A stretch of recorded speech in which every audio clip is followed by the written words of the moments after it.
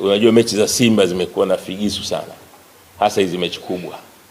Mechi ya kwanza ghafla tu tuambiwa tunaenda kucheza Zanzibar, sababu kulikuwa na mashindano ya Qur'ani, lakini huko nyuma yashafanyika mashindano ya Qur'ani yanaisha saa 7, saa 8 mechi inachezwa usiku. Tena kwa wakati wa Ramadhani mechi inachezwa saa 2, mashindano yanaisha saa 7, lakini watu wakaamua kuhamisha tu, tukaenda kucheza mechi hii. Pia nasema imehamishwa kwa sababu kuna mashindano ya Qur'ani.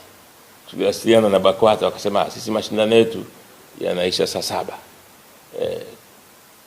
kwa hiyo mpira unaweza kuchezwa. Tukaambia wenzetu, jamani, mashindano ya BAKWATA yanaisha saa 7, ya Qur'ani yanaisha saa 7, kwa nini tusicheze mechi hii? Ni saa 1 usiku. Lakini wakangangania lazima ichezwe kule, unaona. Wakaenda kuweka kiingilio kikubwa ambacho tunaomba baadaye bodi ya ligi tunaomba iregulate kitu, lakini kuna baadhi hata mashabiki wetu wakiwa na tiketi wameshindwa kuingia, wanasema uwanja umejaa. Wenyeji wamekata tiketi, baada ya mashabiki wamezuia kuingia, uwanja umejaa.